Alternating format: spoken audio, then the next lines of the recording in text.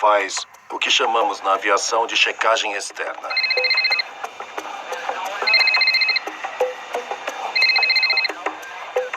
É a minha filha. Tenho que atender. Eu já volto. O copiloto Sergei Trukachov é um ex-piloto militar. Oi, filha. Boa pergunta.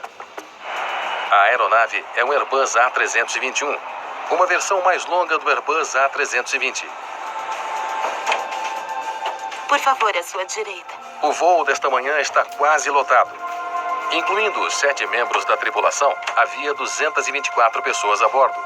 Não vai caber, eu guardo lá atrás.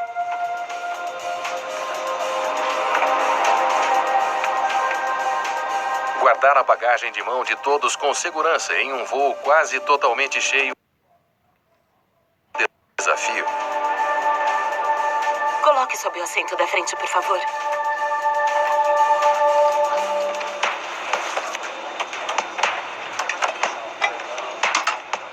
Te vejo hoje à noite. Tchau. Pronto. Ótimo. Vamos logo. Vamos sim. Sharm el-Sheikh. Metrojet 9268. Solicito permissão para taxiar. Metrojet 9268. Pista 04 direita. A Metrojet iniciou as operações em 1993 sob o nome de Kogalimavia.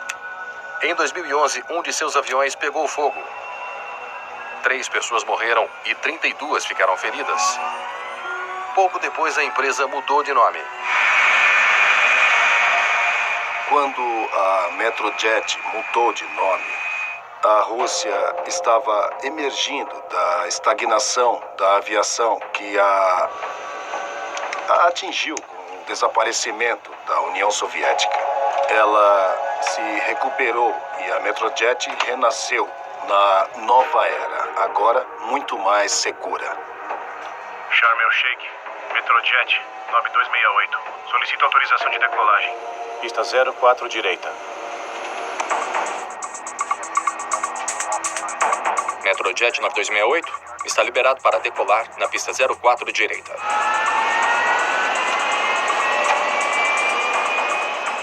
Oitenta nós. Confere. V1. Veu. Girar. Às 5h51 da manhã, o voo 9268 da Metrojet decola. A aeronave decolou de forma padrão. Não houve problemas com a decolagem. Não houve problema nenhum.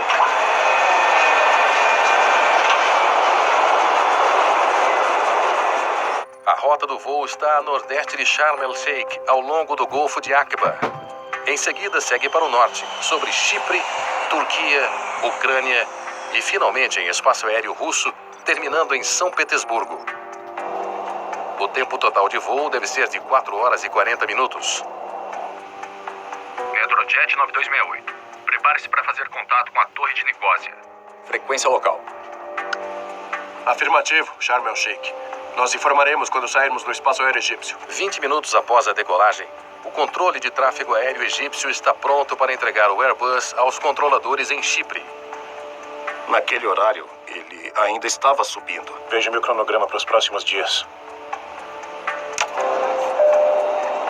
Desligado o sinal de afivelar os cintos, os passageiros estão livres para se deslocar pela cabine.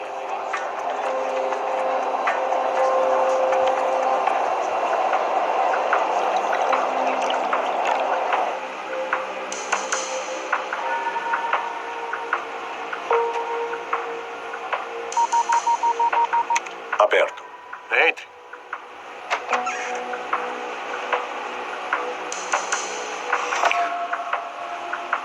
Dois chás para 2 cavalheiros. Muito obrigado. Você é a melhor. Ah, já que você diz, não cobrarei pelo chá. O voo 9268 atinge a altitude de cruzeiro, 31 mil pés acima da península do Sinai. O deserto do Sinai é cerca de 1/3 do tamanho do Egito, e o Egito tem cerca de 1 milhão de quilômetros quadrados. Então, é uma enorme e vasta área de deserto. Tudo corre bem no controle de tráfego aéreo. Até que às 6h13 da manhã, o voo 9268 faz algo inesperado. Ele havia passado dos 30 mil pés e, de repente, o retorno do radar mudou. O Airbus parece estar caindo. Metrojet 9268. Você está com alguma dificuldade?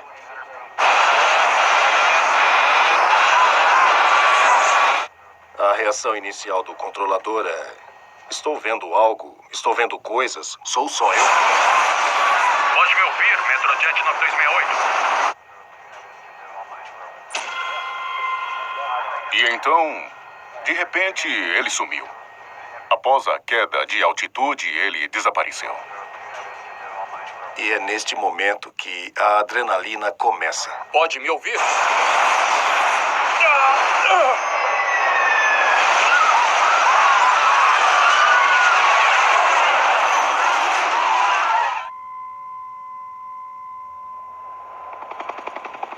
A NBC News soube que o voo 9268 da companhia aérea russa Metrojet desapareceu no radar esta manhã. Funcionários do governo egípcio confirmaram à NBC News que o avião caiu na região norte da península do Sinai e que os jatos egípcios da Força Aérea supostamente já encontraram os destroços desse avião. Quando os socorristas chegam ao local, logo fica claro que não há sobreviventes. Todos os 224 passageiros e a tripulação estão mortos. Quase todas as vítimas eram cidadãos russos que retornavam das férias.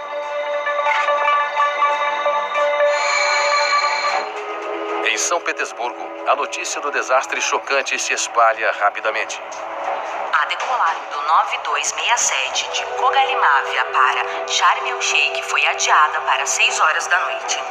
A queda do Metrojet é o acidente aéreo mais mortal na história da aviação russa. Uma nação inteira exige respostas. Vamos chegar muito tarde. Como pode ter acontecido? As aeronaves Airbus simplesmente não caem do céu. Então, todos queriam muito saber o que tinha acontecido com aquele avião. Eu sou o Wolf Blitzer, aqui no Situation Room. Milhares de turistas estrangeiros estão presos agora na cidade turística egípcia de Sharm el-Sheikh. Nenhum avião decola. Autoridades russas e egípcias pedem que ninguém tire conclusões precipitadas. No deserto do Sinai, no Egito, uma equipe internacional de investigadores se reúne perto da área da queda do voo 9268 da Metrojet. Os investigadores egípcios vão trabalhar ao lado de seus colegas russos para tentar descobrir o que deu errado. Para ambas as nações, há muito em jogo. Os russos perderam muitos cidadãos a bordo daquele avião e não querem que a segurança da aviação russa seja impugnada. E os egípcios? Foi no espaço egípcio que isso aconteceu. Não desejam que seu profissionalismo como uma nação aviadora seja impugnado também. É bom ver você de novo. É, você também. Então, o que temos aí? A equipe começa por mapear os destroços. Algo que Stephen Moss fez muitas vezes como membro sênior do Departamento de Investigações de Acidentes Aéreos da Grã-Bretanha.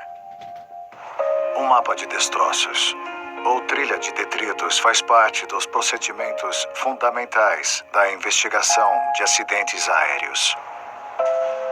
Por enquanto temos isto. A seção da cauda está aqui. As asas e a fuselagem dianteira estão aqui.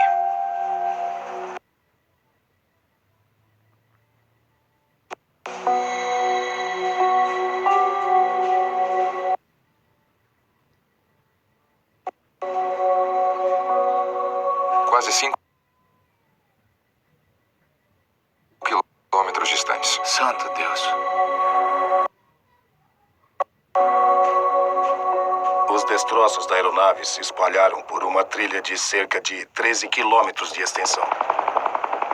A longa trilha de destroços fornece uma primeira pista importante. Partiu em pleno ar. A mais de 20 mil pés, eu diria. O tamanho do campo de detritos diz aos investigadores que o avião se partiu quando estava muito alto. É o único jeito de os destroços se espalharem por uma área tão grande. Se o avião tivesse permanecido intacto até atingir o chão, o campo de detritos seria muito menor. O que fez com que o Metrojet 9268 se partisse em pleno ar? Essa era a primeira pergunta dos investigadores. Eles podem ver que ambos os motores foram carbonizados. Os motores também foram completamente separados das asas, que também são os tanques de combustível da aeronave. Uma explosão no tanque, como no TWA-800? Em julho de 1996, um Boeing 747 explodiu e caiu no mar minutos após a decolagem do aeroporto JFK de Nova York. Uma das mais longas investigações de acidentes aéreos na história descobriu que um curto-circuito provocou uma explosão no tanque de combustível central do avião. Algo semelhante pode ter acontecido no Egito? Na época, as autoridades egípcias chegaram a pensar que poderia ter sido uma explosão de tanque de combustível. As bombas de combustível são movidas à eletricidade. Um curto-circuito inflama o combustível e a asa explode. Vamos levar os destroços para um hangar e olhar de perto. Já começamos a levá-los. E quanto às caixas pretas? Estão a caminho da análise. Os gravadores de voo da aeronave podem conter as evidências de que os investigadores precisam, mas o acesso e análise dos dados levará tempo. Alô? Antes de levar adiante a teoria da explosão do tanque de combustível, os investigadores são confrontados com notícias que podem mudar tudo. Mesmo? Há boatos de que este foi um ataque terrorista. Está bem. É muito cedo para identificar uma causa para esse acidente, mas a área onde o avião caiu tem sido cenário de confrontos de terroristas com militares egípcios nos últimos anos, incluindo um confronto importante durante o verão.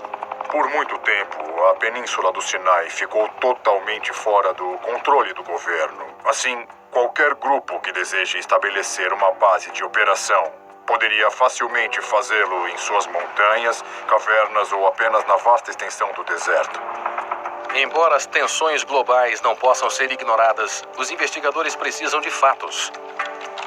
Eles não tiram conclusões baseadas em especulações. Isso não me satisfaz como investigador. E não acho que isso satisfaria qualquer país agora. Eles queriam ver fotografias, prová-lo. Você precisa entender por que isso aconteceu.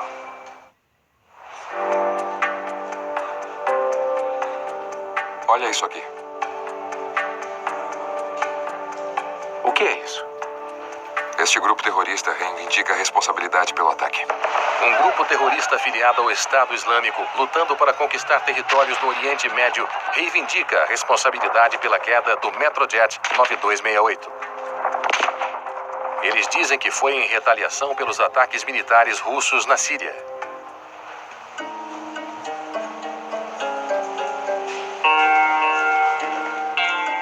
Embora não haja nenhuma prova para respaldar a reivindicação, há especulações de que os responsáveis usaram um míssil terra-ar. Quando olhei para o campo de detritos, fiquei pensando que era isso.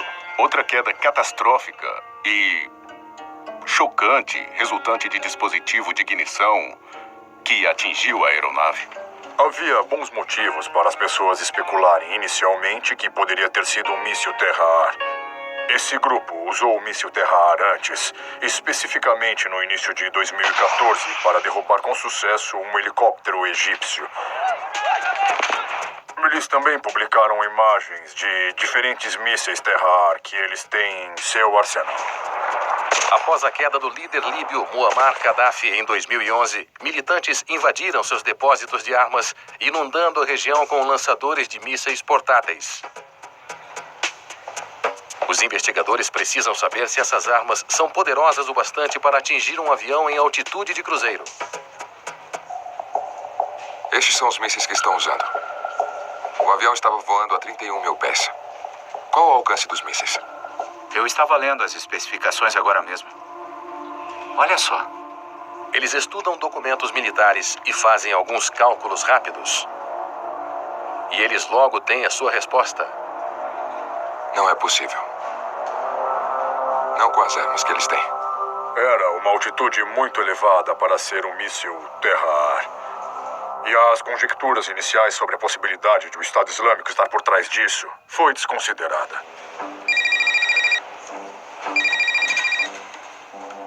Alô? Na TV agora? Obrigado, tá bom, tchau. A esposa do copiloto está sendo entrevistada. E justo quando a teoria do míssil é rejeitada, outra declaração pública levanta uma nova possibilidade. На тот момент еще никто не понимал, точно ли это или нет. Все еще были в ожидании. O que ela está dizendo? Não consigo entender. Eles falaram com o pai logo antes dele decolar de Sharm el-Sheikh. E o que ele disse? Ele disse que havia problemas mecânicos com o avião. É minha filha. Eu tenho que atender. Já volto.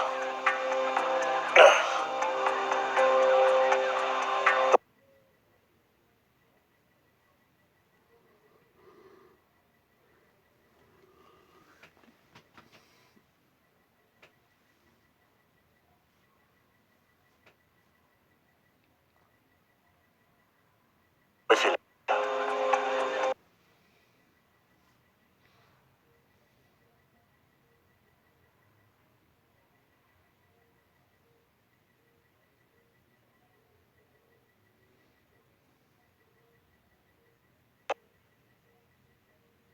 Já volto.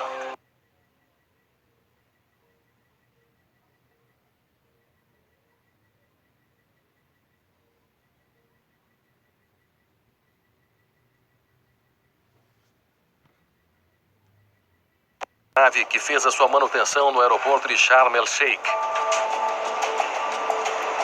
Fale sobre o Metrojet 9268. A gente trabalhou nele por 30 minutos antes da decolagem. Isso não parece muito tempo. É que a gente só dispunha desse tempo para fazer a manutenção. Essa é uma manutenção rápida e as operadoras de baixo custo às vezes têm que fazer isso.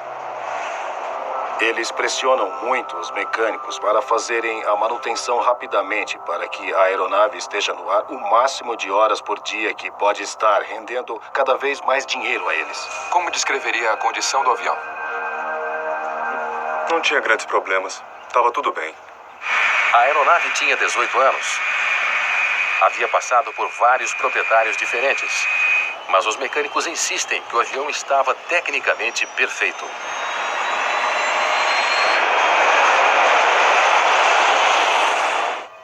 Nenhum incidente significativo, talvez no passado, alguma coisa assim?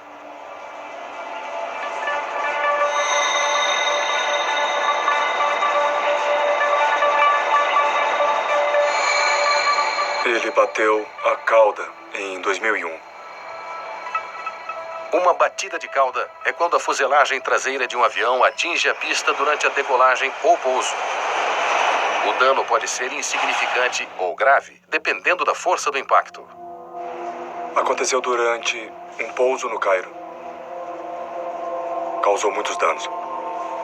E isso precisaria ser reparado, e precisaria ser reparado com muito cuidado. E claro, essa seria uma área que os investigadores analisariam bem de perto. Os registros de manutenção mostram que o dano causado pela batida da cauda foi reparado. Mas os investigadores têm motivos para se preocupar. Não é o dano estrutural em si na hora que é perigoso. É o reparo depois. Em 2002, 225 pessoas morreram quando um jumbo da China Airlines se desfez em pleno ar. O que houve foi que a antepara de pressão traseira falhou e partiu a cauda do avião. Um reparo de danos de uma batida de cauda realizado 22 anos antes acabou por não ser suficientemente forte. Os aviões modernos são projetados para suportar grandes mudanças na pressão atmosférica. À medida que um avião sobe, o ar é bombeado para dentro da cabine, de modo que os passageiros possam sobreviver à mudança na pressão do ar exterior. Na descida, o fluxo é invertido. Essas mudanças de pressão fazem a fuselagem se expandir. Um reparo mal feito, como no caso da China Airlines, poderia ser um acidente esperando para acontecer. Obrigado pela informação. Os investigadores agora se perguntam se um reparo de batida de cauda 14 anos atrás pode ter enfraquecido fatalmente o Airbus da Metrojet. Se os reparos não são checados regularmente, isso pode acabar resultando na destruição da aeronave. Então, a batida de cauda era uma coisa que os investigadores tinham de examinar muito de perto como uma possível causa desse acidente.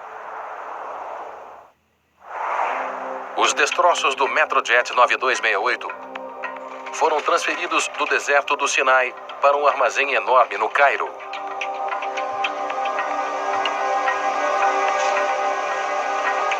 Deixa eu ver isto.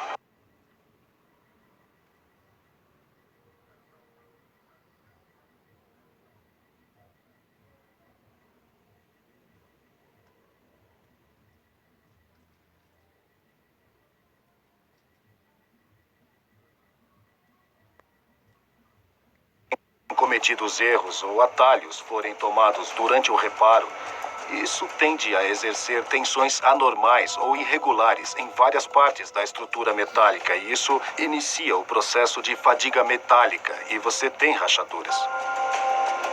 A fadiga tem, certamente, para um investigador treinado, características bastante distintas.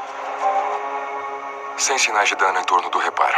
Após uma análise exaustiva, os investigadores concordam que a estrutura do avião da Metrojet, incluindo o reparo da cauda, estava perfeita. A causa foi outra. E os tanques de combustível? Ainda buscando a causa da ruptura em pleno ar, os investigadores retornam a uma teoria anterior, a explosão do tanque de combustível. Se houve uma explosão no tanque de combustível, isso deve ser discernível nas paredes externas do tanque de combustível. Elas devem estar abauladas para fora. Mas as evidências não sustentam uma falha no tanque de combustível. É outro beco sem saída. Em pouco tempo, eles também excluem falha do motor e todas as outras falhas mecânicas. Parece que não havia nada de errado com a aeronave. Isso não faz sentido. É frustrante, mas às vezes é assim que acontece. Na Rússia, as famílias das vítimas ainda estão à espera de respostas. A pressão aumenta sobre as autoridades russas e egípcias. Há uma tensão natural quando uma aeronave inteira é perdida, com todos a bordo sendo de um só lugar. O governo russo sente que tem que explicar ao seu povo o que aconteceu porque eles estão muito chocados com isso. Enquanto isso, o Egito, por outro lado, está dizendo... meu Deus, isso vai prejudicar a nossa indústria do turismo. O comitê está considerando com grande atenção todos os cenários possíveis para a causa do acidente. E não chegou, até o momento, a nenhuma conclusão em relação a isso. A maior esperança dos investigadores entenderem por que 224 pessoas morreram agora está no gravador de voz do avião. Pronto? Vamos ouvir. Sharm El Sheikh, Metrojet 9268. Solicito autorização de decolagem. Pista 04, direita. Metrojet 9268. Liberado para a pista de decolagem 04, direita. Eles ficam atentos a qualquer coisa fora do comum. Um procedimento que a tripulação não realizou ou qualquer som de fundo que possa conter uma pista. 80 nós. Confere. V1. V1. Girar. Você pode ouvir tudo o que os pilotos podem ouvir. O som dos motores, o som do ar passando. E você pode ouvir o que os pilotos dizem um ao outro.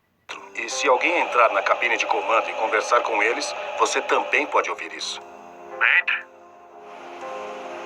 2 chás para 2 cavalheiros. Muito obrigado. Você é a melhor. Já que você diz, não cobrarei pelo chá.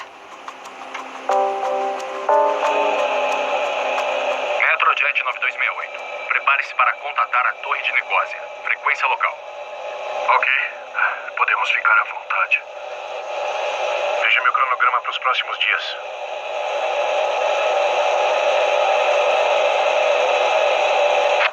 É só isso? Tudo corre normalmente. Os sons normais na cabine de comando, a conversa normal, e então, de repente, ela para. Toque o fim novamente, mas dessa vez tente tirar alguns ruídos de fundo. Podemos ficar à vontade. Veja meu cronograma para os próximos dias.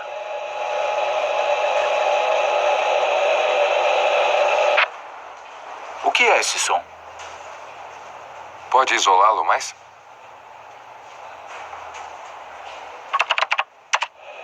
Veja meu cronograma para os próximos dias. Definitivamente há um som lá. É como um... Como um bang? Parece o início de uma explosão. É uma pista convincente, sugerindo uma explosão a bordo. Os investigadores agora querem descobrir tudo o que puderem sobre a gravação crucial. Se descobrirmos de onde veio esse som, podemos descobrir o que causou a explosão.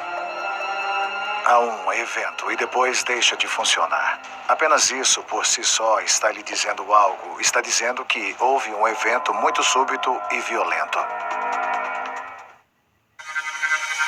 Bom, vejamos. Novo look. Outro corte de cabelo. Passaportes. Ok. Contatos. Telefone. O que mais? A arma. Ah, sim. A foto das crianças. Ih, sujou. Fugitivos. Nova série. Segunda, às 10:30 da noite. No National Geographic. Don't tell me anything. In the end, it was all a dream. Didn't mean to spoil. Se você tem o Fox Premium, veja antes de todo mundo. Séries exclusivas, estreias simultaneamente com os Estados Unidos, temporadas completas e tudo o que você não pode perder. Fox Premium, app e TV. Séries para ver do jeito que você quiser. Fox Premium, assine já. A bicicleta é a melhor maneira de se locomover. É a mais rápida, a mais econômica, a mais ecológica. Queremos construir um mundo melhor, fazendo com que cada vez mais pessoas utilizem as bicicletas nas cidades. Bombete.tv está em todo lugar. Momentos emocionantes, cheios de expectativa. A Bombete.tv quer que você viva o seu momento, porque em um instante tudo pode acontecer. Bombete.tv, viva o seu momento.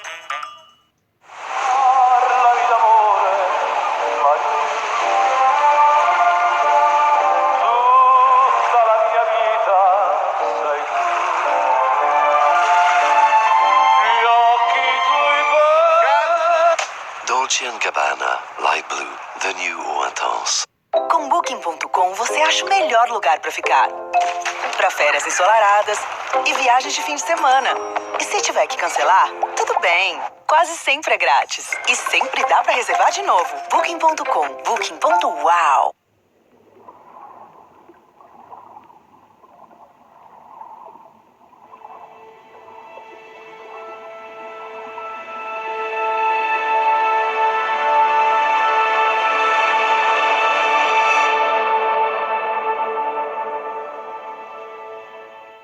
I thought you wanted Afghanistan. This is the war I got. What do you know about it? War. Ain't nothing out there like you think it is. Ain't no training gonna prepare you. There's no glory out there. No heroes. It's just death.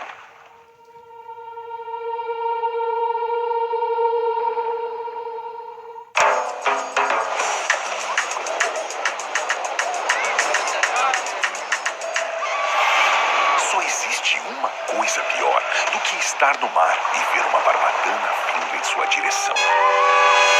ouvir várias.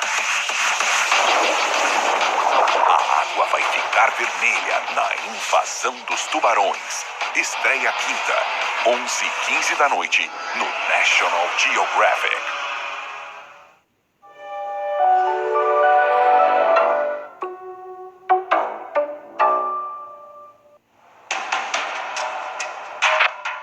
O gravador de voz da cabine de comando capturou o que parece ser o som de uma explosão. Para ajudar a descobrir o que poderia ter causado uma explosão, os investigadores primeiro devem determinar de onde veio o som. Os gravadores de voz da cabine de comando deram uma pista significativa até agora.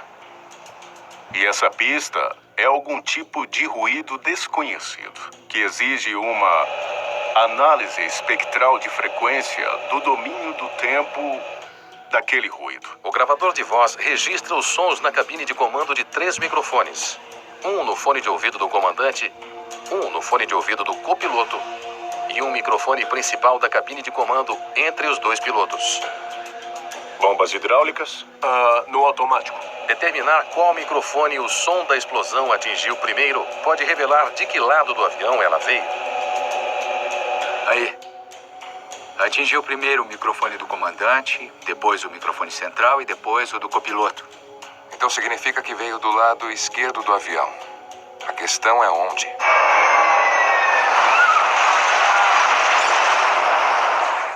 Uma explosão produz 2 tipos diferentes de ondas. Uma onda de choque vibra através da fuselagem a velocidades de até 4.800 metros por segundo.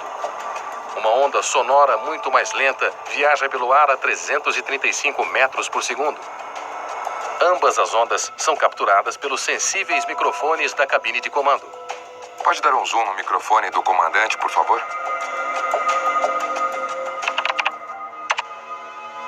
Comparar o tempo das 2 diferentes ondas pode ajudar os investigadores a identificar a origem da explosão.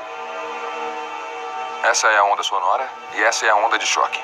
Então a onda sonora bateu no microfone pouco mais de 1/100º de segundo depois da onda de choque. Me dá 1 segundo. O pequeno intervalo de tempo entre as 2 ondas é uma pista enorme para os investigadores. Eles já sabem a velocidade de cada onda. Agora, com um intervalo de tempo, eles podem calcular exatamente o quão longe elas viajaram. Eu acho que começou na parte traseira do avião. Bem aqui. Na parte esquerda da traseira do avião. Isso faz sentido.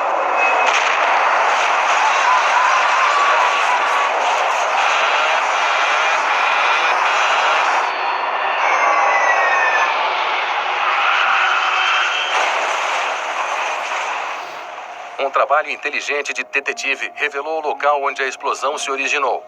Agora eles querem saber a sua causa. Eles esperam que os destroços da parte traseira do avião possam fornecer uma pista.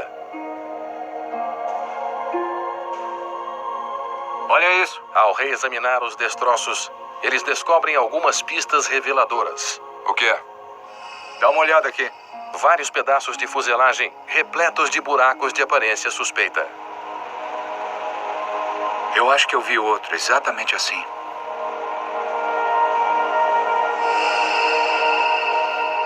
Bem aqui. Sei o que está pensando. Pessoal, liberem o espaço. Me deem uma mão aqui. Bem no meio.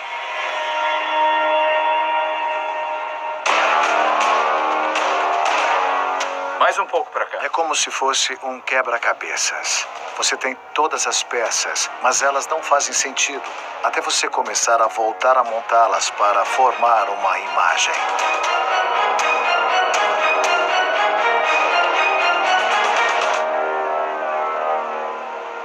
Acho que encontramos a nossa explosão. Quando você remonta essas peças de maneira lógica, então você pode realmente ver onde está o buraco. A descoberta sustenta a análise do gravador de voz. Eles agora têm evidências ainda mais convincentes de uma explosão na parte traseira esquerda do avião. Ainda buscando a causa da explosão, Eles pedem uma análise química de detritos de perto da área de explosão. Nas investigações de acidentes aéreos, você precisa analisar profundamente as minúcias. Olhar profundamente todo e cada detalhe possível. O que o químico do laboratório forense faria seria extrair esse resíduo desses componentes e submetê-lo à análise dos instrumentos, que dirão a ele se existe a presença de quantidades incrivelmente pequenas de explosivos não detonados. Os testes de laboratório são conclusivos. Há resíduos de bomba nos destroços. O voo 9268 foi derrubado do céu por um dispositivo explosivo a bordo.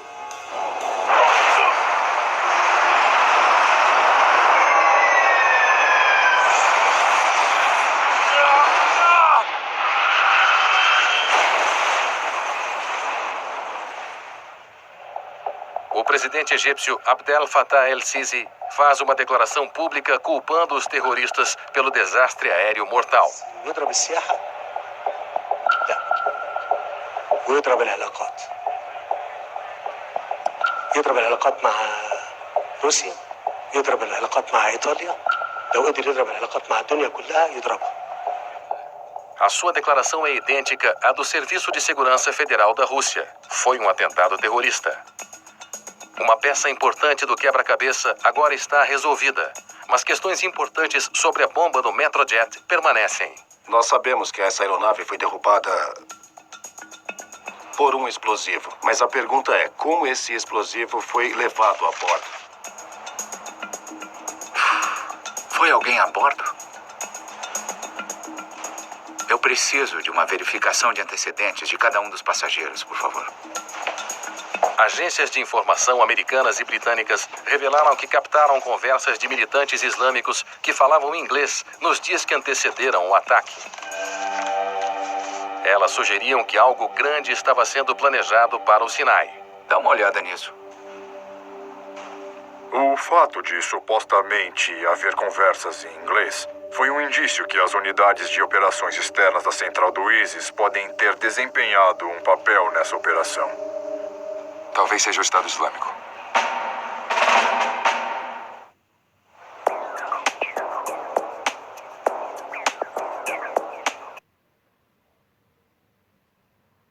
Dá uma olhada nisso. Entre 2014 e 2016, o Estado Islâmico publicou uma revista de propaganda online chamada Dabiq. Como é? Eles têm a própria revista? Uma edição contém uma reivindicação impressionante. Eles dizem que embalaram explosivos em uma lata de refrigerante. É assustador. Mas faz sentido. A quantidade de explosivos que pode ser escondida naquela lata de refrigerante de 350 mililitros depende de onde ela está na aeronave. Certamente seria suficiente para causar a sua queda.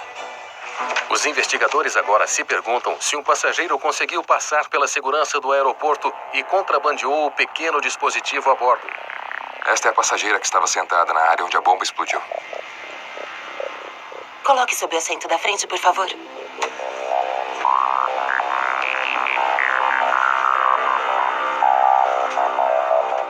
Eu já olhei a ficha dela. Ela tinha 15 anos e estava viajando com a mãe. Nenhum vínculo com o terrorismo. Os investigadores precisam diminuir a lista de suspeitos. Eles examinam todo o manifesto de passageiros, procurando por qualquer pessoa com qualquer afiliação possível ao Estado Islâmico ou a outros extremistas violentos. Mas a busca não dá em nada. Os investigadores se voltam aos destroços novamente, na esperança de identificar o ponto exato na parte traseira do avião, onde o dispositivo letal explodiu. Determinar exatamente onde a bomba foi colocada poderia ajudar a desmascarar a pessoa que a colocou lá.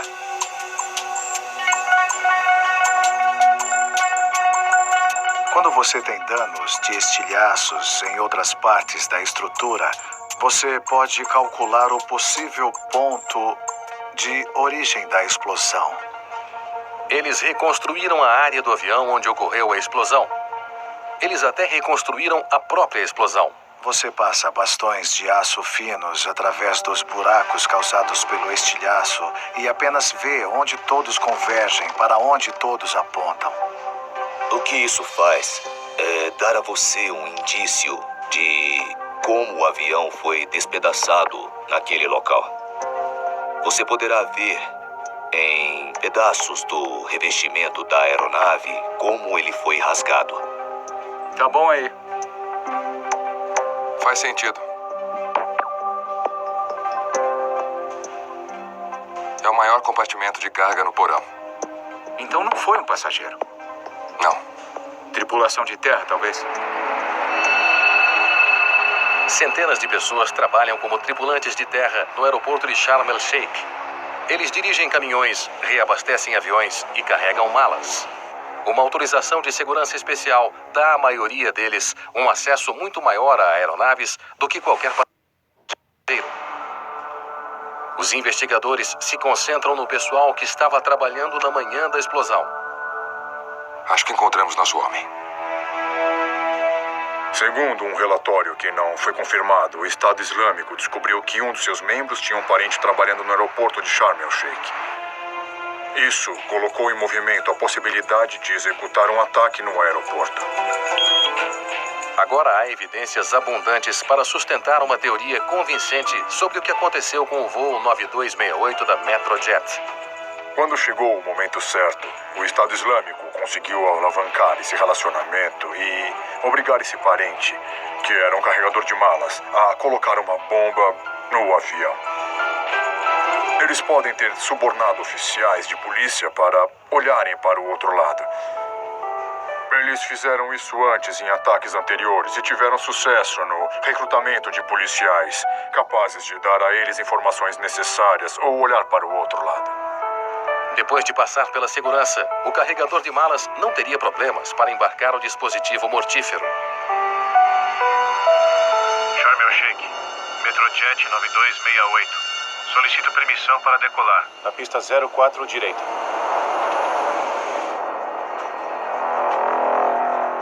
Metrojet 9268. Está liberado para decolar na pista 04 direita.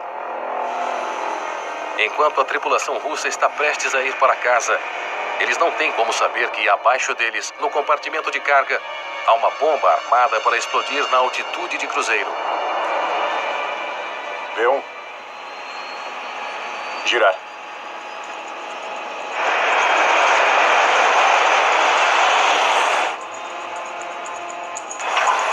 O avião se aproxima dos 31 mil pés.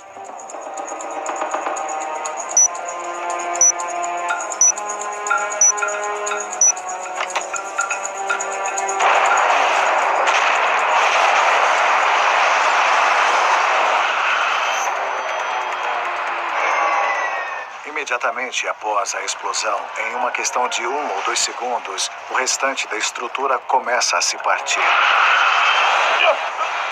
Pode me ouvir, Metrojet 9268? O avião sofre descompressão, perde a pressurização. Essa é a parte que, literalmente, e eu não posso ser mais específico do que isso, ela destroça o avião. Não há como sobreviver.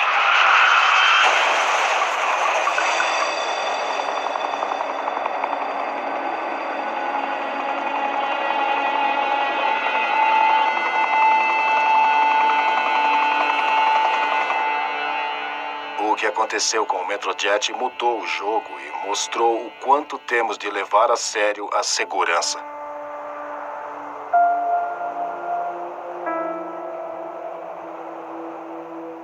Mesmo antes de um relatório oficial ser publicado sobre o desastre da Metrojet, as autoridades de segurança aérea exigem uma seleção mais rigorosa de funcionários de aeroportos para reduzir as chances de uma catástrofe como essa acontecer novamente. Existe um processo de triagem para garantir que os funcionários, durante um determinado período de emprego, não sejam subvertidos por fontes externas. As suas crenças mudaram. Uma organização como o Estado Islâmico, por exemplo, conseguiu converter alguém que já trabalhava lá, tendo sido liberado pela segurança? Eles deveriam estar investindo mais recursos de segurança em termos humanos e em termos de equipamentos. Isso vai ser caro? Sim, vai. Mas queremos gastar dinheiro agora ou queremos gastar muitas vidas depois? A vida acontece rápido. E em um instante, um desastre... Ai, meu Deus! Pode acontecer. Quando as escolhas que você faz... Não! significam a diferença entre vida e morte. O que você faria? Estamos caindo! Ponha-se à prova e veja se você tem o que é preciso para continuar vivo. Risco de morte.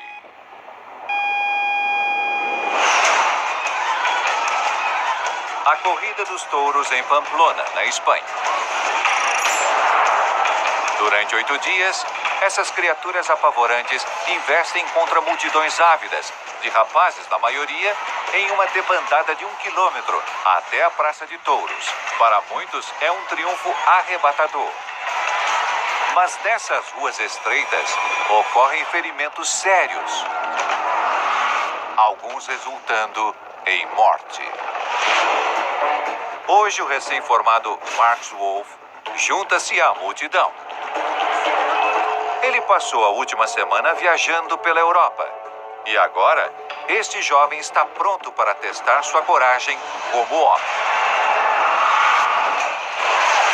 Rojões são disparados e a corrida começa.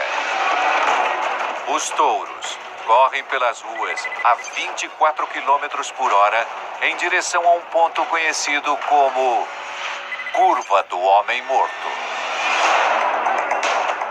É uma curva acentuada à direita, conhecida por causar amontoados conforme os corredores se espremem para passar. Conforme Marcos descobre de maneira mais difícil quando de repente ele tropeça. Ele está caído, na frente de uma debandada esmagadora de touros. Agora, amarre uma bandana vermelha e fique no lugar de Marcos. Você acabou de cair na curva do Homem Morto. Os touros estão se aproximando. O que você faria? A. Protegeria os órgãos vitais chutando os touros? B. Levantaria e se esconderia em uma entrada? Ou C. Cobriria a cabeça e deixaria os touros te atropelarem?